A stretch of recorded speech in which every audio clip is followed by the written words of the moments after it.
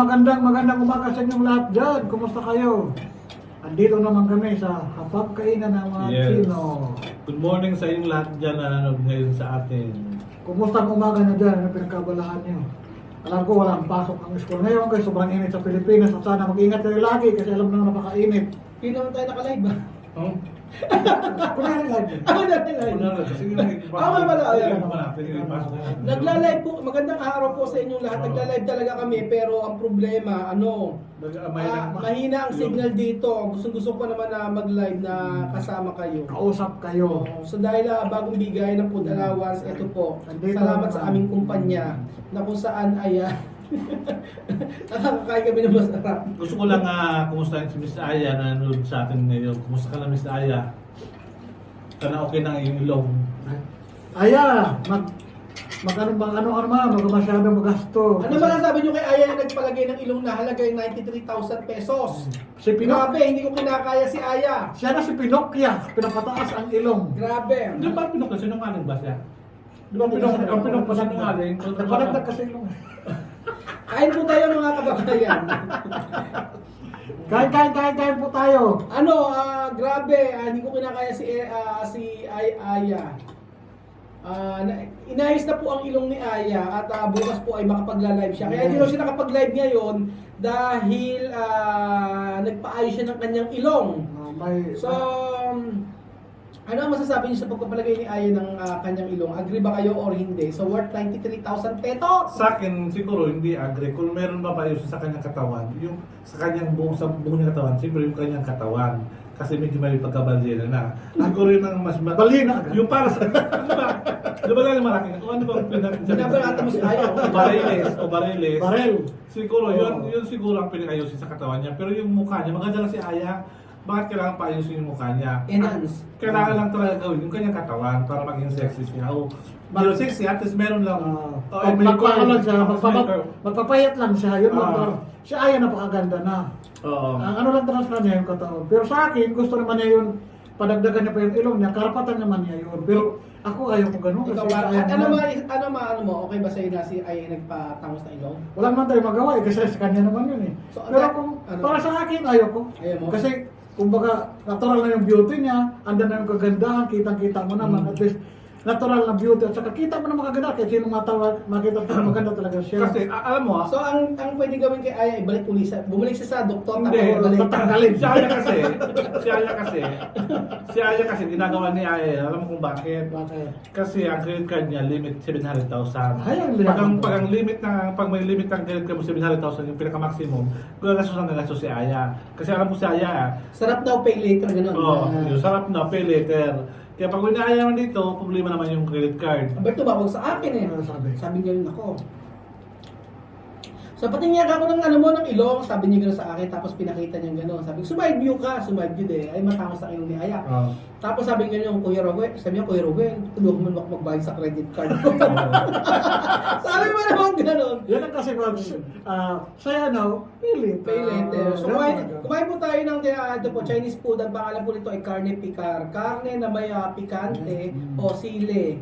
So, na may mani. Masarap po yan. Yes. And then ito, ang kanilang arroz prito o fried rice na may dalawang chicken. May libreng chicken. And then meron kami itong mariscos o seafood soup. Yan.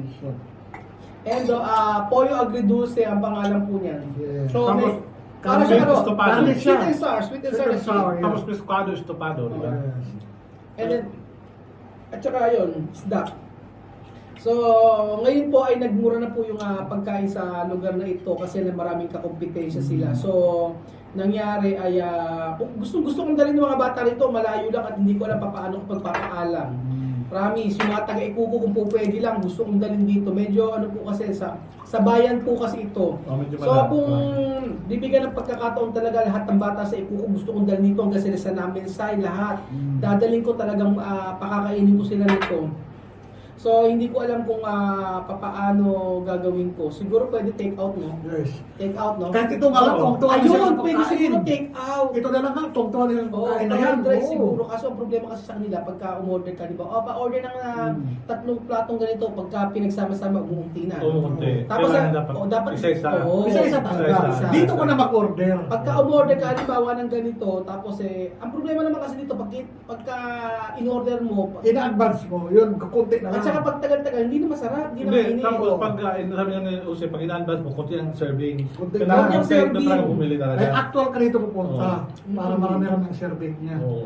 Kasi talagang bulok na busog talaga mga bata dito. Sigurado yan. Si Mahmoud po kayo nila. Naku, ubusin ni Mahmoud. Sa totoo lang, pagka kumakain kami sa mga ganito, yung mga bata ang naalala ko sa Ikuko kasi gusto kong ma-experience makakain sila ng ganito.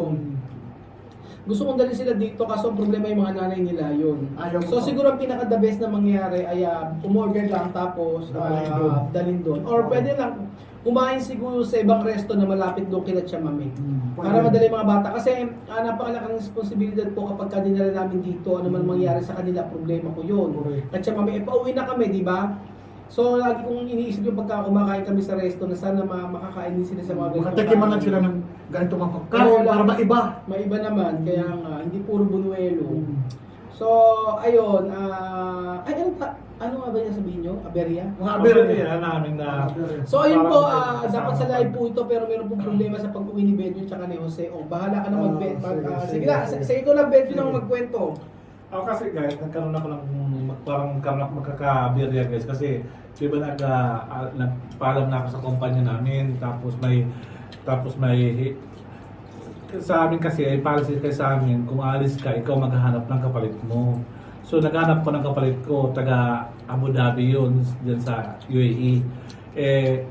Nagkausap lang nung HR tapos nung boss ko kinausap na nga siya, interview na okay na siya. Tapos after 2 weeks, biglang umayaw siya dahil siguro sabi niya medyo mababa pa daw yung offer sa kanya. Kaya gusto niya medyo mataas yung offer sa kanya. So, ganun nga nangyari. So, madalit sa time, hindi natin Hindi na accept. basta madalang salita nga to make short the story, hindi na accept the offer letter by the company. So, anong ginawa ko guys? So, ang ginawa ko naman guys, naghanap naman ako yung kakilala naman ni ayun, pala yung sumot pala yung ni Monet, yung asawa ni Monet, yung taga Bicol. Kaso nga, anong nangyari nga, sa CV na nilagay ng asawa ni Monet, puro sa food section, nag-chef, kung anong mga ginagawa. Basta more on catering ang ginawa doon Kitchen, sa kitchen kitchen. work. Kaya kailangan namin, di ba, more on inventory, warehouse, ano ba, invoicing, mga gano'n, mga trabaho na kailangan, data entry, gano'n mga kailangan namin ng skills. So, nangyari guys, hindi tinanggap ng kumpanya ng HR namin yung CV ng asawa ni Monet. So, problema ko na naman yun. Tapos after that, naghanap yung pangatlo naman ko kasi tatlong binigay kong CV sa amo namin. Yung pangatlo, yung pa ni barkada ni Jose. Sabi ni Jose, hindi pwede yun kasi nga wala yun, walang pera, tapos mga barkada, tapos palainom, tapos parang... Meron ka ba binigay ang ano nyo? Oo, yung sabi ni Jose. Pero gusto sana magtrabaho, kaso nga lang wala talagang kapera-pera. So ang ginawa ng kumpanya, dahil siya yung last option, tinawagan ng kumpanya yung barkada ni Jose. Ang sabi ba naman nung lalaki na iyon, kayo sa amo namin, kung gusto niyo kunin, kayo magbayad sa akin ng passport ko, bayaran niyo po ako ng passport, pamasahe ko, papuntang Manila, papagawa ng passport. Ay, Lahat yun na... sabi ba ganun? Oo, sabi nung... Walang ganun. Ano? Pero pag ganun, mag-a-apply ka tapos... Walang passport. Hindi, yung sinabi ko, totoo yung sinabi ko. Oo nga, ibig ko nga sabihin. Walang ganun nga, pero yung gustong gawin ng barkada ni Jose. Kaya nga walang ganun. So ang ginawa ng amo ko, kung naman siya, di naman siya Nag-cancel. kinancel na yung kanyang application kasi nga hindi po walang ganun na pag-apply ng isang tao. So after that, lima na ako noon, tapos biglang pinatawag ko ng aking amo.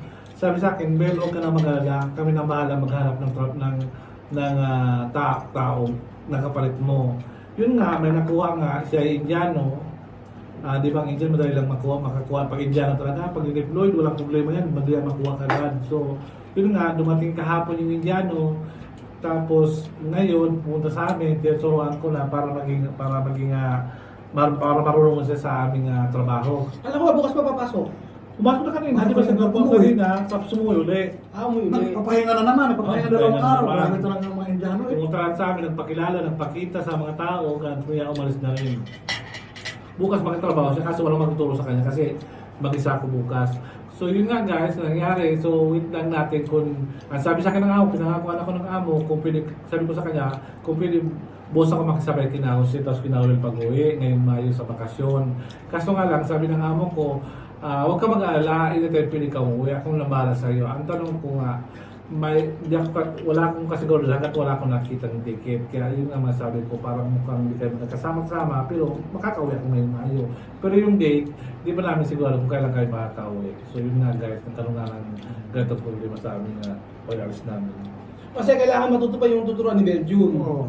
Eh, alam mo, Kaso nga lang, chef, doon na kami, walang problema na yun. Sa pagtuturo, walang problema. Kasi by 15, Ngayon, by 15, bagong system naman kasi kaya Oo. di ka na obligado Oo. magtuturo. So ibig sabihin yan, may chance ka talaga na Oo. makasabay. Oo. kailan mo mag-start yung Dolphin? 15 sa amin. Nasa may 15 kanila. 15. Kaya wala tayong magawa. So, ituturo mo lang sa may, ano lang. Wala na siyang tuturo. Wala na tuturo. Wala kasi tuturo. Kasi kung mga dolphins eh. Yun. So ibig Ang sabihin, maturo sa kanya, yung luma sila. sila ni Ali na, Oo. sila ni Delwar. Hmm. Kaya si Belgium, may chance talaga na malaki, parang ano, baka makahabol sa'yo, makasama.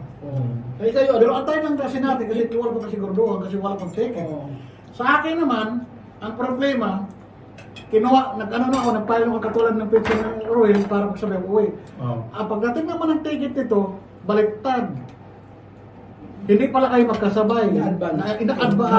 Nalilit ako. Nalit ng 5 Nalit ako ng 5 days. Kaya sabi ko nga doon sa opisina, bakit no nilagay yung pizza na yun? Nabook na yun. Nabook na ang nilagay ko, yung pizza na yun, katulad sa kanya. Oo. Pero well, tapos, sabi niya, sorry kasi nabook ko na yan. Sabi ko, hindi pwede kasi, ano nga, uwi ako kasi, magbakasyon at saka attend ako ng ganito, ganun. Kaso sabi niya, kausapin ko daw yung ano ko, yung hipi ko, o yung boss ko. Kinausap ko na ang boss ko. Walang problema, kaso sabi niya, antayin mo yung kapalit mo.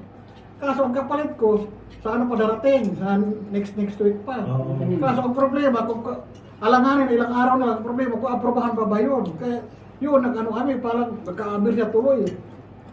Kaya maganda na sana yung lahat, nakaporma na yung lahat sa papel, ganito ang pizza, ganun, para sabay na kami. Ang problema lang itong company namin, itong HR namin, yun, parang sumak-sumak rin na ano. Ewan ko, kaya minsan makapaisip kami na hindi maganda yung ginagawa nila sa amin kasi bawat tuloy namin may aberya, Teka lang. may problema. Yari ka. Hindi natin yung editor. Sabihin mo yung editor naman, yari ka. Joke lang. Bahala ka. Yari na editor. Bahala ka. Kaya wala eh. Hindi naman kayo pwede umarsig. Alangan, anuhin namin yung tao. Pipilit, ano namin. Tawag doon, pipilitin namin na hindi, wala naman kasi talagang karapatan din mamili kasi sino ba kami? Wala eh. Kundi susunod na lang kami kung ano yung gusto nila. Pero tatry pa rin namin, sana may mangyari, just pa rin lang. Wala naman imposible. Pero kung wala talaga eh, wala. Di kami magkasabay. Yung talagang aberyan nito. Kaya, hope lang sana, magkasabay pa kami na darating sa next week yung kapalit ko na I hope na itong amo ko na maliwanagan din ng kapalaran na mag-o-okay din siya na yun na lang talaga sabi ng HR namin na confirmation na lang ng amo mo. Ang sabi naman ng amo mo, pagdating ng ano, yung kapalitan mo, doon na malaman. Kasi- antay na lang natin. Kasi ano, Ano? nahihirapan ako na wala akong kasama. May kasama ako, isang babae na kasama namin sa opisina. Kaso ang problema ay syempre iba pagka ang kasama ko si Jose at si Belgium.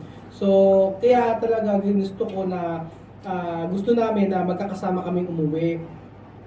Para na rin sa vlog syempre, and then may kasama sila Chamame at saka kapag umuwi kami ng Nueva Ecija, merong susubaybay kila Chamame.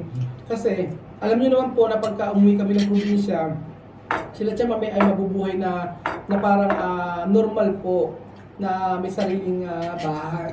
Excuse me. Ganun po. So sana ay makasabay ko si Belgium at si Jose. Kasi kapag hindi po, mahihirapan po ako talaga. At mas maganda po talaga na magkakasabay kami, lalo na kapag kasi siyempre sa may immigration, at least sabihin, ito magkakasama kami, grupo kami, same company, ganun, na in-invite namin si Chamame at ang pamilya niya para makapag-bakasyon sa Pilipinas. So, tingnan po natin, wala kaming idea, sana maging okay ang lahat. Sana maging okay ang lahat at magkasabay-sabay kami sa pag-uwi. Yeah. Pagdasal na lang natin, ipagdasal natin sabay-sabay para naman marinig yung mga panalangin natin. Yeah. I hope so, kasi gusto talaga namin magkasabay kasi kawawa talaga si Ron mag-isa kasi sa dami nila. Paano na ang pila? Paano na alagaan yung ibang mga bata? Ang liit pa. Ang hirap na pabantayan nun. Si Ron, kung napunta si Migro, sino magtingin sa mga bata? May mawawala. Tsaka yung connecting flight po, yung talaga mahirap. Connecting flight. Connecting flight. Kailangan nasa gitna sila, may huli sa amin para walang maiwan. Kasi kung mag-isa lang si Ron, paano pabantayan? May umabante, may umatras. Tapos yung mga gamit, Mahirap. tapos yung mga bata, ulit pa naman yung kailangan alagaan. Kaya yung pagdasalan talaga, tulungan nyo kami pagdasal kami na sana magkasabay talaga kami. Wala naman imposible sa taas, pero hope so na i-grant sa atin ni Lord na magkasabay-sabay talaga kami. Kaya nga. So, yun po mga amigo, yun po yung latest po. Dito sa amin. So, wala naman ang... Basta guys, malapit na kami umuwi. Malapit na kami umuwi. Basta itong buwan na to, Itong buwan na to, sabi ko nga po sa inyo, Mag-reunion, magkikita ulit yung makuha ulit yung 5 Pilipino. mabuwang 5 Pilipinos. Mabuwang ulit yung 5 Pilipino. Nakikita nyo kami na buong-buo. Oo nga. Basta just pray, tulungan nyo kami pagdasal. Tapos, guys, Tulungan nyo kami. Basta, yun na lang ang hingin namin sa inyo. Tapos keep supporting guys ha. Maraming salamat pag-support niyo at Yes. umangat yung followers natin sa Facebook page. Maraming salamat. Salamat po. I-share nyo lahat yung mga videos natin. Pamigay nyo sa mga kaibigan nyo, mga kakilala nyo. At thank you talaga sa inyong lahat. Oo. Salamat po at Maraming God salamat. bless. God bless. Bye.